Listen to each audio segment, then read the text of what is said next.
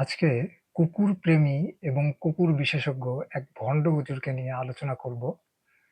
তো আপনারা খেয়াল করবেন কুকুরের একটি বৈশিষ্ট্য আছে যে কুকুর তার স্বজাতির দিকেই ধাবিত হয়। কিরকম? ধরেন একটি কুকুরের পাশে একটি হচ্ছে শেয়ালের ঝাঁক বা শেয়ালের দল আছে। তো আরেকদিকে হচ্ছে একটা কুকুরের দল আছে। তো কুকুর কিন্তু ওই শেয়ালের দলে যাবে না। যদিও আ কুকুর এবং শেয়াল প্রায় অনুরূপ। তারপরেও কুকুর কিন্তু তার স্বজাতির দিকেই ধাবিত হবে। ঠিক তেমনি বেওয়ারিশ কুকুরের আরেকটি বৈশিষ্ট্য আছে সেটা হচ্ছে যে আ যখন একটি কুকুর যখন ঘেউ, ঘেউ করবে তখন দেখবেন পাশে থেকে আরেকটি কুকুরও কিন্তু থেকে ঘেউ, ঘেউ করে ওঠে। এই ভিডিও এই ভিডিওতে কিন্তু সেটাও ফুটে উঠেছে। তো পাশাপাশি আরেকটি কথা আমি বলি, আপনারা এরকম ইসলাম বিদ্বেষী, ভণ্ড মুখোশধারী, নাস্তিক এরা যদি কোনো হাদিস, কোরআনের কোনো আয়াত নিয়ে যদি আপনাদেরকে অপব্যাখ্যা করে, হ্যাঁ? তখন আপনারা কিভাবে এটাকে যদি আপনাদের মনে সংশয় তৈরি হয়, কিভাবে আপনারা এটাকে ব্যাখ্যা বিশ্লেষণ করবেন, সেটার একটা আমি আ আলোচনা করব। পাশাপাশি যদি আরেকটা কথা বলি, যদি কোনো এলাকায় বা কোনো সমাজে যদি কুকুর অধিক্য হয়ে যায়, হ্যাঁ? সেটা নিয়ন্ত্রণ ব্যয় এবং সেটা যদি নিয়ন্ত্রণের বাইরে হয়ে যায়, তখন যদি কোনো সেই এলাকার বা পৌরসভা থেকে বা কোনো দেশ থেকে যদি কোনো পদক্ষেপ নেয়, হ্যাঁ? কুকুর নিধন করার জন্য যদি বেওয়ারিশ যে কুকুরগুলো যে তাদেরকে নিয়ন্ত্রণ করার জন্য যদি কোনো পদক্ষেপ নেয়, এটি কি আ আপনি একটু চিন্তা করেন যেকোনো দেশে, যেকোনো রাষ্ট্রে তারা কি এটা কি আ আ কোরআন হাদিস থেকেই নেবে? নাকি তারা যদি নিজেরাও সমাধান করে, তাহলে কি ধরনের সমাধান করবে? তো এই বিশেষজ্ঞ হুজুর, হ্যাঁ? এগুলো কোনো দিকেই খেয়াল না করে শুধুমাত্র একটা দৃষ্টিকোণ থেকে একজনের তার গুরু ভণ্ড আসিফের তারই দৃষ্টিকোণ থেকে শুধু আলোচনা করছে। আর বাকিরা যারা এই জিনিসটাকে তারা কিভাবে হ্যান্ডেল করবে বা কিভাবে হ্যান্ডেল করতেছে বিভিন্ন দেশে, বিভিন্ন এলাকায়, বিভিন্ন রাষ্ট্রে, বিভিন্ন সমাজে, হ্যাঁ? এই বেওয়ারিশ কুকুরদেরকে কিভাবে হ্যান্ডেল করতেছে, এই জিনিসগুলো কিন্তু তারা বিবেচনা করে না।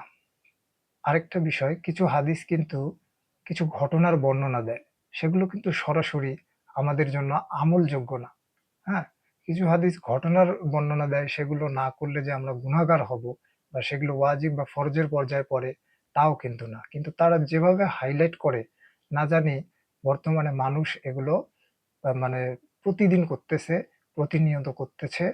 তারা এটা করা না করলে গুনাহগার হবে, এইরকম।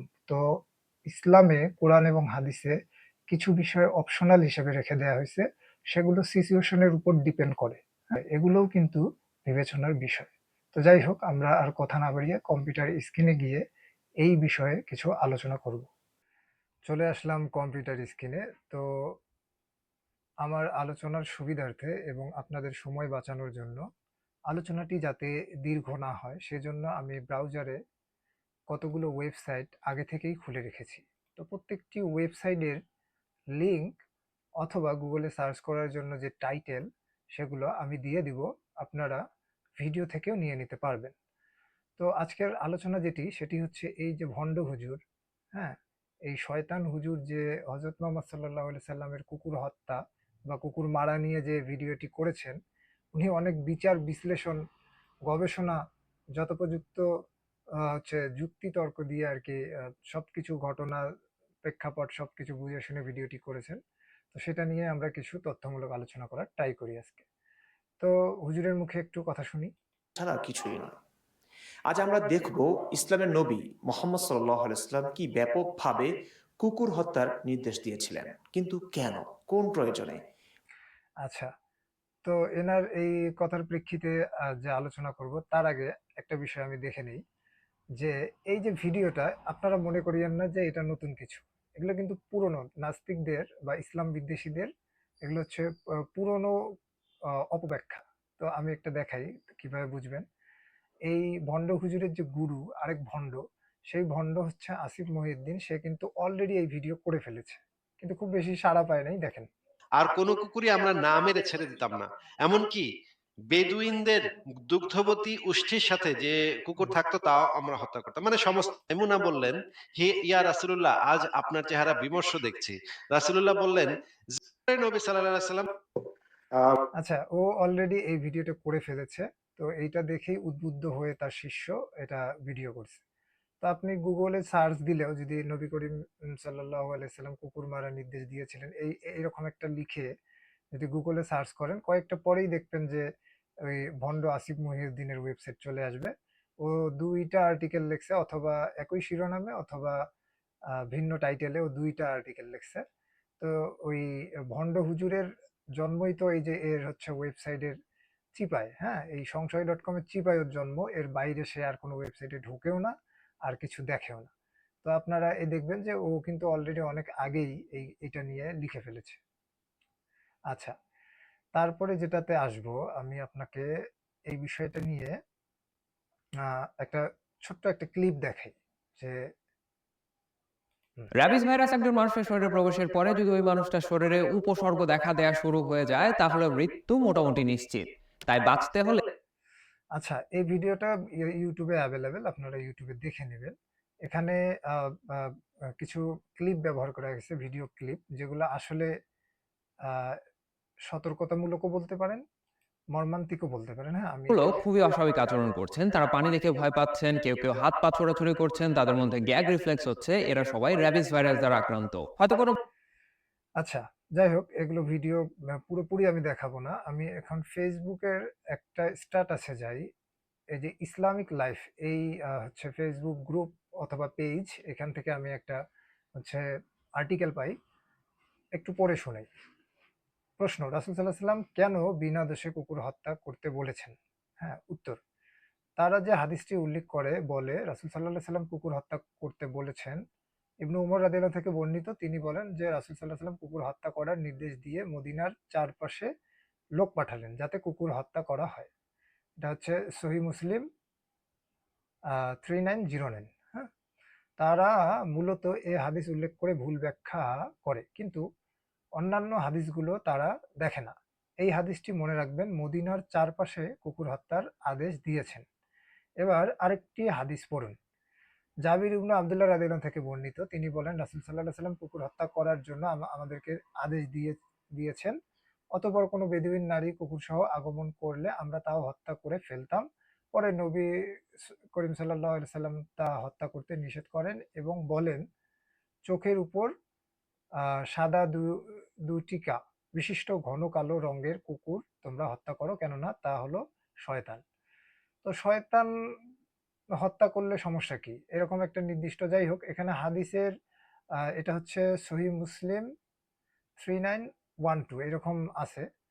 অনেকগুলো সহিহ মুসলিম এবং বুখারী শরীফেও আছে।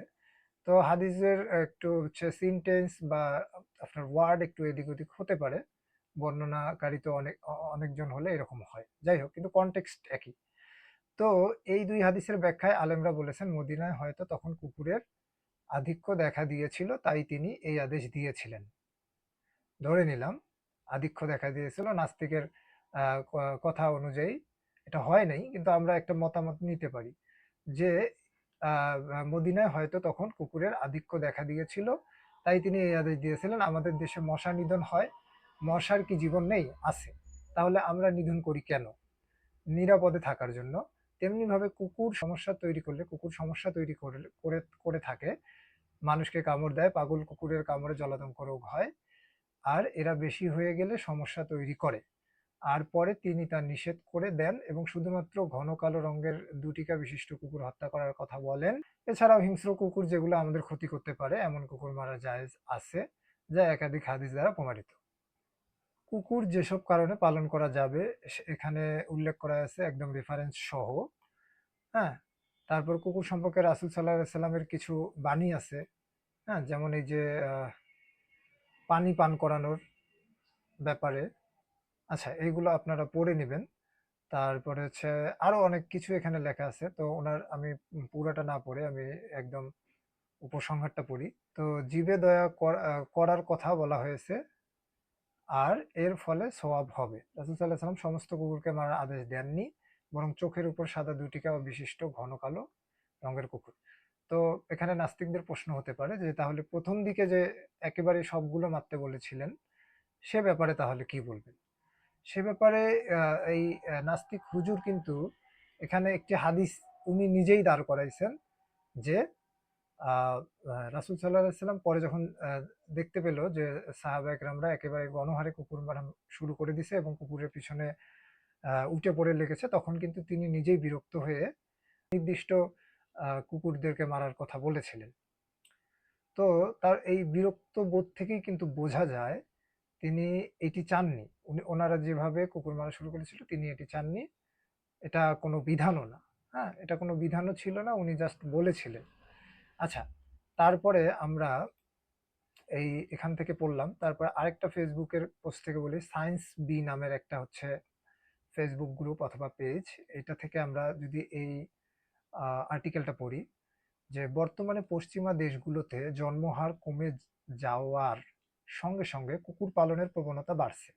যুক্তরাষ্ট্র, কানাডা, অস্ট্রেলিয়া ও ইউরোপের অনেক দেশের প্রায় 1/3 থেকে অর্ধেক পরিবার অন্তত একটি কুকুর রয়েছে। এদের মধ্যে অনেকেই কুকুরকে শুধু পোষা প্রাণী হিসেবে নয় বরং শিশুর বিকল্প হিসেবে দেখছেন। হাঙ্গেরির ইউ ইউওট ইউওটভস লোরান বিশ্ববিদ্যালয়ের গবেষকরা এই প্রবণতার পেছনে সাংস্কৃতিক ও আর্থসামাজিক কারণ খুঁজে বের করেছেন। তাদের মতে অনেক তরুণ-তরুণী সন্তান নেওয়ার চাপ এড়াতে কুকুরকে বেছে নিচ্ছেন। কুকুর পালনে সময়, অর্থ ও যত্নের প্রয়োজন তুলনামূলক কম হওয়ায় এটি তাদের কাছে বেশি গ্রহণযোগ্য। অন্যদিকে কুকুর পালনের মাধ্যমে অনেকেই পারিবারিক বন্ধন ও যত্নের অনুভূতি পূরণ করেছেন। তবে গবেষকরা ব্যক্ত করেছেন কুকুর পালন শিশু লালন পালনের বিকল্প নয়, বরং একই সাথে সহ-বাসস্থান করতে পারে। তো যাই হোক, এখান থেকে আপনারা একটা ধারণা পেয়েছেন যে কিছু মানুষ এই কুকুরকে মানুষের অল্টারনেটিভ বা ফ্যামিলির যে সন্তানেদের অল্টারনেটিভ হিসেবে তাদের সাথে সময় কাটায়। আরো বিভিন্ন কারণে সময় কাটায়। আপনারা টিকটক, ইউটিউব, বিভিন্ন সোশ্যাল মিডিয়ায় দেখে থাকবেন যে বড় লোকের বা ধনীর যে ছেলে মেয়ে অথবা তাদের স্ত্রী, সন্তান, তারা কুকুরকে কিভাবে লালন পালন করে, কিভাবে ইম্পর্টেন্স দেয়, তাদেরকে কি পরিমাণ খাওয়ায়, যে পরিমাণ তাদের আশেপাশে কোনো এতিম বাচ্চা, হ্যাঁ, অথবা তাদের বাড়ির কাজের লোক, তাদেরকেও এতটা গুরুত্ব তারা দেয় না যে পরিমাণ গুরুত্ব তারা হচ্ছে এই কুকুরের প্রতি দেয়, বা কুকুরের পিছনে তারা যে সময়টা খরচ করে, কুকুরের পিছনে যে পরিমাণ ইনভেস্ট করে তারা খাবার, অন্যান্য সকল ব্যাপারে, সেটা আহ, যদি শখের বশে হয় অথবা শো অফ করার জন্য হয়, হ্যাঁ, এটা আপনারাই বিবেচনা করবেন যে এটা সমীচীন নাকি এটা নেগেটিভ নাকি পজিটিভ কিছু বয়ে আনে সমাজের জন্য। তো যাই হোক, আমরা আলোচনার পরে যাই। আরেকটা ওয়েবসাইট আমি খুলে রেখেছি, এটা যাই হোক এটা নিয়ে আলোচনা হয়েছে। তারপর আমি এখানে সার্চ করেছিলাম নবী করিম সাল্লাল্লাহু আলাইহি সাল্লাম কুকুর মারার নির্দেশ দিয়েছিলেন কিনা।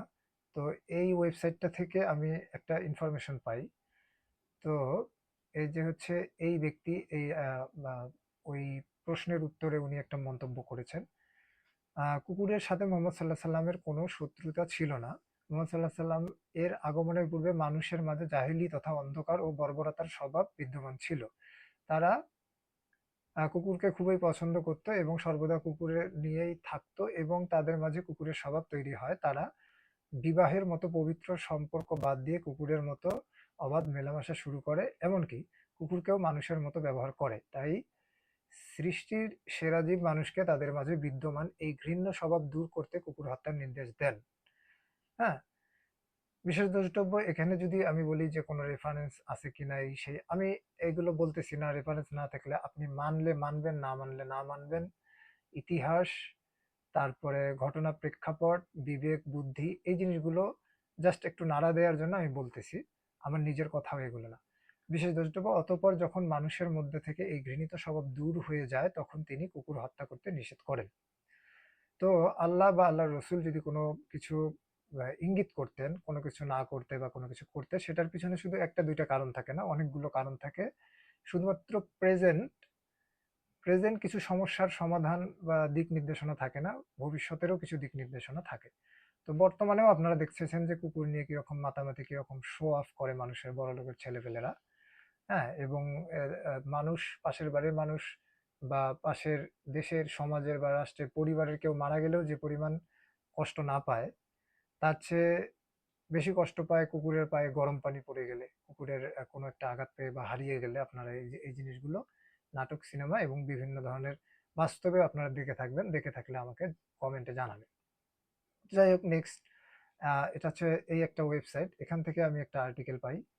তো এখানে অবশ্য উনি রেফারেন্স দিয়ে এটা আলোচনা করছেন। তো আমি উপরের এই রেফারেন্সগুলো আর না দেখলাম, এখান থেকে আমি একটু পড়ে নিই। এখানে উনি হচ্ছে তিরমিজি শরীফের, মুসলিম শরীফের কিছু রেফারেন্স দিয়েছেন, 1575, 1487, এগুলো হাদিসের। তবে সব করে ঘরে কুকুর রাখা, মানুষের চেয়ে কুকুরের যত্ন বেশি নেওয়া, কুকুরের সঙ্গে মানবীয় সম্পর্ক স্থাপন করা ইসলামে নিষিদ্ধ। রাসূল সাল্লাল্লাহু আলাইহি সাল্লাম বলেছেন, যে ব্যক্তি শিকার করা বা গবাদি পশু পাহারা অথবা শস্যক্ষেত পাহারা দেওয়ার উদ্দেশ্য ছাড়া কুকুর লালন পালন করে, প্রতিদিন ওই ব্যক্তির 2 কিরাত পরিমাণ নেকি হ্রাস পায়। ঠিক আছে? তো এখানে এটা ইম্পর্টেন্ট কথা। এই হাদিসটা কিন্তু সে ব্যাখ্যা করতে পারত সুন্দর করে। হ্যাঁ? তো এই হাদিসটা সে ব্যাখ্যা করল না কেন আমি জানি না। এই যে মানুষের চেয়ে কুকুরের যত্ন বেশি নেয়া, এই বিষয়টা যে এখানে ফুটে উঠেছে, এটা আলোচনা করা লাগতো। আচ্ছা, তারপরে অন্য এক হাদিসে এটা পড়লাম না। অন্যত্র বলা হয়েছে যে ঘরে কুকুর রেখে লালন পালন করা ইসলাম কঠোর নিষেধ করেছে। কেননা কেবল শখ করে কুকুর রাখা ইসলামিক শরীয়ত সম্মত নয়। আর এজন্যই হাদিস শরীফে এসেছে যে কুকুর যে ঘরে কুকুর আছে সে ঘরে রহমতের ফেরেশতা প্রবেশ করে না। এটা একটা নিয়ম নীতির মধ্যে একটা ইসলামিক নিয়ম নীতি, একটা রুলস বলতে পারেন। আপনি যদি বলেন যে আল্লাহর সৃষ্টি, আল্লাহ তাহলে কেন সৃষ্টি করলেন? হ্যাঁ, আল্লাহ সৃষ্টি করেছেন, আল্লাহ যদি একটা রুলস অ্যান্ড রেগুলেশন দিয়ে দেন, আপনি যদি সেটা না মানেন, আল্লাহ তো জানেন যে কেউ মানবে, কেউ মানবে না। হ্যাঁ? তো এইরকম কিছু দিয়ে তিনি যদি নিষেধ করেন, সেটাও একটা আপনার মানতেছেন কি মানতেছেন না। আপনি এই সময় এসে সেটাকে ডিনাই করতেছেন নাকি মেনে নিচ্ছেন। এই জিনিসগুলো দেখার জন্য তিনি করতে পারেন। তিনি নিজে সৃষ্টি করছেন, নিজে যদি এটাকে এইভাবে গাইড করার কথা বলেন বা এইভাবে দেখার কথা বলেন এই দৃষ্টিকোণ থেকে, তাহলে আপনি সেটা মানতে অসুবিধে কি?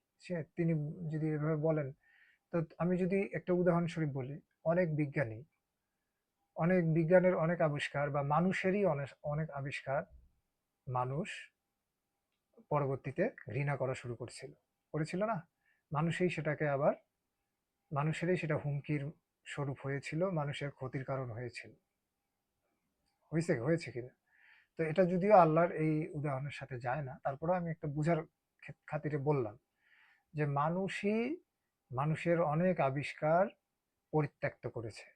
মানুষ ক্ষতির কারণে, হুমকির কারণে, সমাজ নষ্টের কারণে, পরিবার নষ্টের কারণে, সেটা প্রযুক্তি হোক, কোনো মতাদর্শ হোক, কোনো নীতি নৈতিকতা, কোনো বাক্য হোক, হ্যাঁ? কোনো কবিতা হোক, কোনো গল্প হোক, মানুষই কিন্তু পরবর্তীতে সেটা ছুঁড়ে ফেলেছে। তো যাই হোক, তো এটা কোনো যুক্তি না যে আল্লাহ সৃষ্টি করেছেন, আবার হচ্ছে আল্লাহ এটাকে তাহলে কেন অপবিত্র বলতেছেন? হ্যাঁ, বলতে পারেন। রুলস রেগুলেশন থাকতেই পারে। সব পৃথিবীর সব কমিউনিটিতে, সব মতাদর্শে রুলস রেগুলেশন না থাকলে সেটা হলো না। ঠিক আছে? যাই হোক, এটা নিয়ে আলোচনা না করি। তারপরে আমি যদি যাই, এখানে আরো কিছু হাদিস রেফারেন্স সহ দেয়া আছে। হ্যাঁ? তো এগুলো তো ওই ব্যক্তিও আলোচনা করছে। তো আমি একটু স্কিপ করে যাই নিচের দিকে। এখানে একদম ব্যাখ্যা বিশ্লেষণ করা আছে। আপনারা এই আ গুগলে যদি নবী করিম সাল্লাল্লাহু আলাইহি সাল্লাম কুকুর মারার নির্দেশ দিয়েছিলেন কিনা এরকম লিখে সার্চ করলে এই ওয়েবসাইট গুলো পাবেন। এটা যেমন প্রবাসী দিগন্ত ওয়েবসাইট। এখানে গেলে এই আর্টিকেলটা পাবেন। তো ইনি নিচে উপসংহারটা আমি পড়ি, তাহলে বুঝতে পারবেন। পরিশেষে বলা যায়, বিনা কারণে বিলাসিতার জন্য কুকুর পালন করা, মাত্রাতিরিক্ত সেবা যত্ন মানুষের জন্যও করা হয় না, অপচয়, ক্ষতির উদ্দেশ্য ইত্যাদি কারণে ইসলামে কুকুর পালন নিষেধ। তবে উপরোক্ত আলোচ্য সৎ উদ্দেশ্যগুলো থাকলে কুকুর পালনে ইসলামে কোনো নিষেধ নেই। আচ্ছা, নেক্সট একটা ওয়েবসাইটে যাই। এটাও আমি এই আগের ওয়েবসাইটের নিচেই পেয়েছি। এখানে আহ, এখানে একটা হচ্ছে কোরআন আয়াত দিয়েছে ওনারা, যে প্রাণী জগৎ পৃথক জাতিসত্তার স্বীকৃতি দিয়ে কোরআন বলেছে পৃথিবীতে বিচরণশীল যত প্রাণী আছে আর যত পাখি দুই ডানা মেলে উড়ে বেড়ায় তার সবই তোমাদের মতো এক এক জাতি। হ্যাঁ, আল্লাহর বিশেষ সৃষ্টি। নিম্নের কুকুর সম্পর্কে ইসলামের নির্দেশনা উল্লেখ করা হলো। এখানে শিকারের উদ্দেশ্যে, ফসল হেফাজতের উদ্দেশ্যে, পাহারাদারির জন্য ছাগল ভেড়া ইত্যাদি পাহারা দেওয়ার উদ্দেশ্যে বা ঘর বাড়ি পাহারা দেওয়ার উদ্দেশ্যে, দোকান অফিস পাহারার জন্য, অপরাধের উৎস সন্ধান, অপরাধীকে চিহ্নিত এইরকম করার জন্য এটা বৈধ করা হয়েছে। এখানে যা ফতোয়া দিয়েছেন তাদের এখানে রেফারেন্স দেওয়া হয়েছে। তারপরে ওই প্রিভিয়াস যে ওয়েবসাইটটা থেকে আমি যে কমেন্টটা নোট করছিলাম, যে শখ করে কুকুর রাখা মানুষের চেয়ে কুকুরের যত্ন বেশি নেওয়া, কুকুরের সঙ্গে মানবীয় সম্পর্ক স্থাপন করা ইসলামে নিষিদ্ধ। একই কথা এখানেও লিখেছে। তো এখানে আবার দেখেন রেফারেন্স সহ আলোচনা করা হয়েছে। আচ্ছা, তারপরে এখানেও কিছু ফতোয়া দেয়া আছে, কিছু বইয়ের হচ্ছে রেফারেন্স দেয়া আছে, এগুলো আমি আলোচনা না করলাম। শিকারের জন্য এগুলো আলোচনা না করলাম। তারপরে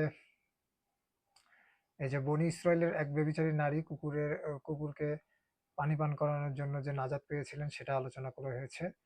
তো আপনারা একটা জিনিস চিন্তা করেন, এতগুলো দিক আছে, সব দিক নিয়ে কিন্তু আলোচনা করা উচিত। তো উনি শুধুমাত্র একটা দিক নিয়ে আলোচনা করলেন। শুধুমাত্র আপনার খেয়াল করে দেখবেন ওই সংশয়.com আসিফ মহিউদ্দিনের ওয়েবসাইটের যে আলোচনা, সেই আলোচনা মানে একটা মাইন্ডসেট, আপনারা বলতে পারেন যে একটা মানুষের যে কি বলে দৃষ্টিভঙ্গি, ওইটা নিয়ে উনি আলোচনা করলেন। কিন্তু এই যে এগুলো ভিন্ন ভিন্ন মানুষের দৃষ্টিভঙ্গি আমি আলোচনা করতেছি, এরকম করা উচিত কিনা? তাহলে আপনার একটা ওভারঅল একটা উপসংহারে কিন্তু একটা ওভারঅল একটা আপনি ডিসিশন নিতে পারতেছেন, একটা সেন্স মেক করতেছেন। যাই হোক, কুকুরের লালা যেহেতু নাপাক, এই নাপাকের ব্যাপারে বলা আছে। তো এখানে আহ মনিব ভক্ত, যাই হোক এগুলো আলোচনা না করি। তারপরে আধুনিক চিকিৎসা বিজ্ঞান, কুকুরের থেকে যে অ্যালার্জি, ভাইরাস সংক্রমণ, এই জিনিসগুলো নিয়ে এই আর্টিকেলে আরো বলা আছে। তারপরে জার্মান চিকিৎসক কি বলেছেন এখানে রেফারেন্স সহ। আপনাদের যদি মনে হয় যে এগুলো ভুল টুল তুলে ধরে আনতেছি, আপনারা এগুলো সার্চ করে দেখবেন। হ্যাঁ, এগুলো অথেন্টিক ওয়েবসাইট এবং অথেন্টিক রেফারেন্স। তো তো তারপর আরেকটা ওয়েবসাইট এখানে হচ্ছে ইসলামিক অথর। এই ওয়েবসাইটে আমেরিকার একটা পরিসংখ্যান তুলে ধরা হয়েছে। 75 সেকেন্ডে একটি কুকুর কামড়ের ঘটনা ঘটে। প্রতিদিন 1000 মানুষের কুকুরের কামড়ে মারাত্মক আহত হয়ে জরুরি চিকিৎসা নিতে যায়, যাদের শতকরা 80% শিশু। হুম, আমেরিকার মতো উন্নত দেশে এই অবস্থা হলে বিশ্বব্যাপী এই পরিসংখ্যান কত ভয়াবহ এটা সহজেই অনুমেয়। তো যাই হোক, এটা আপনারা হচ্ছে দেখে নিতে পারেন।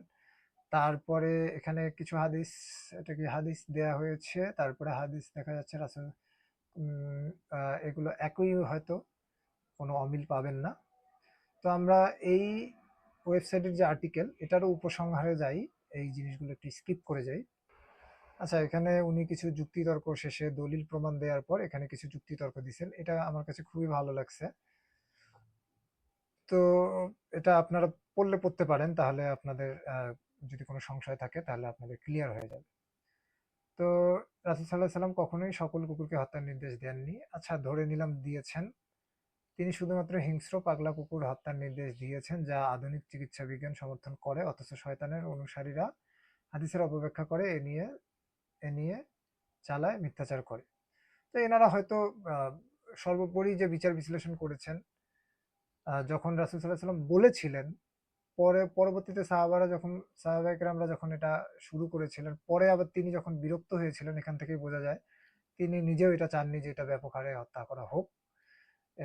এটা নিজেও চাননি। তো এটা যেহেতু প্রমাণ করে না, সেহেতু সেভাবে এনারা যদি বলে থাকেন যে তিনি এভাবে সব কুকুরকে হত্যা করতে বলেন, এনাদের যুক্তিও ঠিক আছে।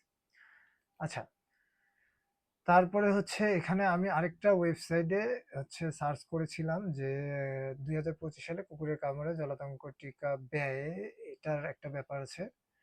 তো এখানে টিকার দাম, এটা আপনারা সার্চ করে দেখে নিতে পারেন। তো সর্বোপরি আমি যেটা বলবো, যে এখানে আমি যেগুলো মানে এখানে যেমন প্রথম এখানে একটা আলোচনা করছি ইসলামিক লাইফ।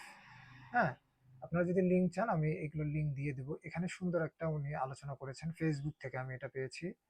তারপরে এখানে হচ্ছে সায়েন্স বি থেকে একটা আলোচনা করেছি। তারপরে এখানে হচ্ছে এই ওয়েবসাইটটা থেকে আমি একটা কমেন্ট দেখাইছি। তারপরে হচ্ছে এখান থেকে একটা কমেন্ট আমি এই হচ্ছে দেখাইছি।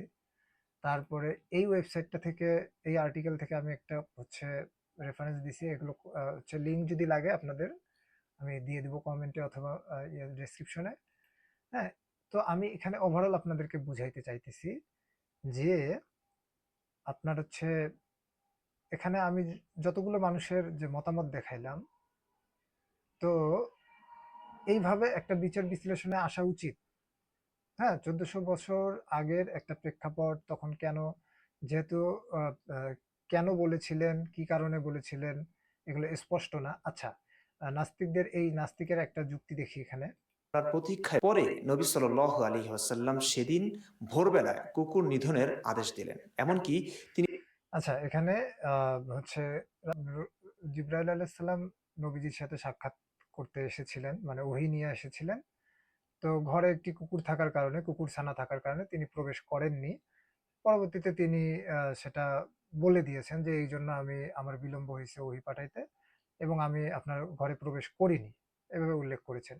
তো এখানে শুধুমাত্র আহ, একটা দিক দেখলে হবে না। আল্লাহ পাক যখন কোনো একটি ঘটনা ঘটান বা জিবরাইল আলাইহিস সালামের মাধ্যমে ঘটান, সেটার একটা প্রেক্ষাপট থাকে, সেটার অনেকগুলো হচ্ছে ব্যাখ্যা বিশ্লেষণ থাকে, অনেকগুলো হিকমত থাকে।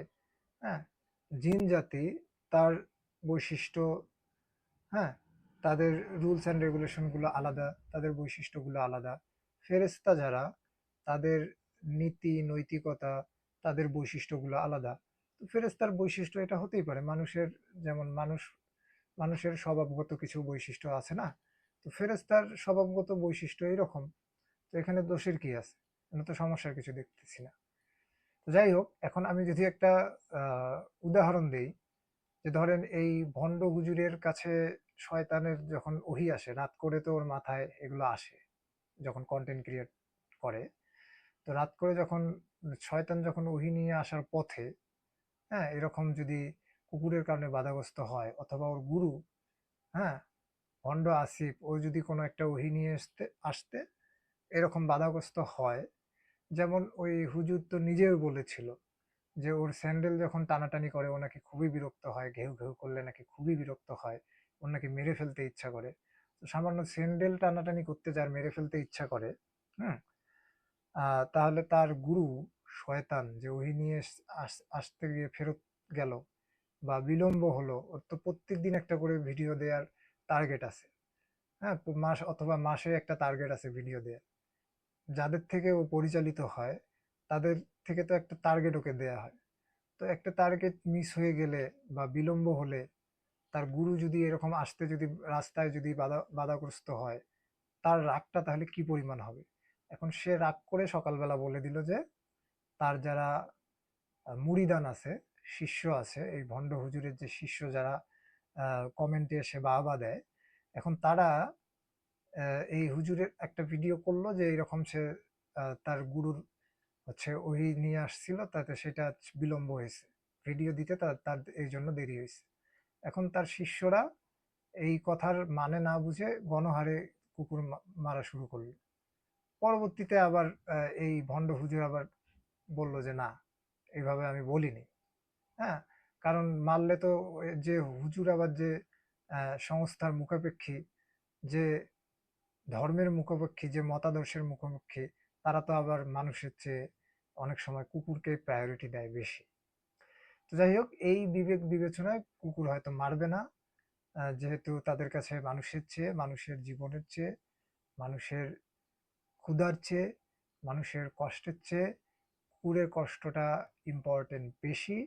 সেহেতু তারা হয়তো তারা খেলেও, তার গুরু, তার উস্তাদ, তারা খেলেও হয়তো এটা করবে না তারা। ঠিক আছে? যাই হোক, সেক্ষেত্রে মানুষ হলে তারা হয়তো কোনো ব্যবস্থা নেবে মেরে ফেলার মতো, কিন্তু কুকুর হলে সেটা করবে না। তো যাই হোক, আমার আজকের আলোচনা মানে কম্পিউটার স্ক্রিনে যতটুকু আলোচনা এতটুকুই। বাকি আমি একদম ফ্রন্টে এসে আপনাদের এই ভিডিওর যে আমার কিছু নোট করেছি সেটা আমি আরেকটি ভিডিওতে করব, অথবা এই ভিডিওতেই আমি সেটাকে অ্যাড করে দেব। তো আজকে এ পর্যন্তই। ধন্যবাদ সবাইকে।